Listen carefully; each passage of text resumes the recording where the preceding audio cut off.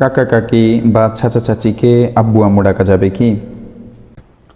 বংশ পরিচয় প্রকাশ করা উদ্দেশ্য না হলে বরং কোনো সম্মানিত ব্যক্তির প্রতি সম্মান প্রদর্শন কিংবা ভক্তি ভালোবাসার উদ্দেশ্যে হলে তাকে বাবা কিংবা মা বলা নিষেধ নয়, কেননা এর নজির কোরআন ও সুন্নায় বিদ্যমান রয়েছে। যেমন পবিত্র কোরআনে মহানবী সাল্লাল্লাহু আলাইহি ওয়াসাল্লামের স্ত্রীদেরকে মুমিনদের মা এবং ইব্রাহিম আলাইহিস সালাতু ওয়াস সালামকে মুসলিম উম্মার বাবা বলা হয়েছে। দেখতে পারেন সূরা আহজাব 6 নং আয়াত, সূরা হজ 78 নং আয়াত।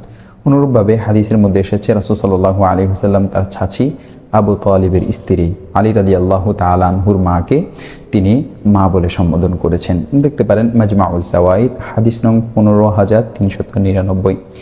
যেসব হাদিসে অন্যকে বাবা বলতে নিষেধ করা হয়েছে, যেমন সহিহ বুখারীর হাদিস নং 6385-তে, এই জাতীয় হাদিস দ্বারা উদ্দেশ্য হলো বংশ পরিচয় প্রকাশ করার ক্ষেত্রে আসল পরিচয় গোপন রেখে নিজের বাবার নাম উল্লেখ না করে অন্যের নাম উল্লেখ করা। যেমন আইডি কার্ড, পাসপোর্ট, জন্ম নিবন্ধন অথবা এমন কোনো দলিল বা স্থান যেখানে কোনো ব্যক্তির জন্মদাতা বাবার নাম উল্লেখ করা জরুরি হয়, সেখানে যদি অন্য কারো নাম উল্লেখ করা হয় তাহলে তা জায়েজ হবে না, হারাম হবে।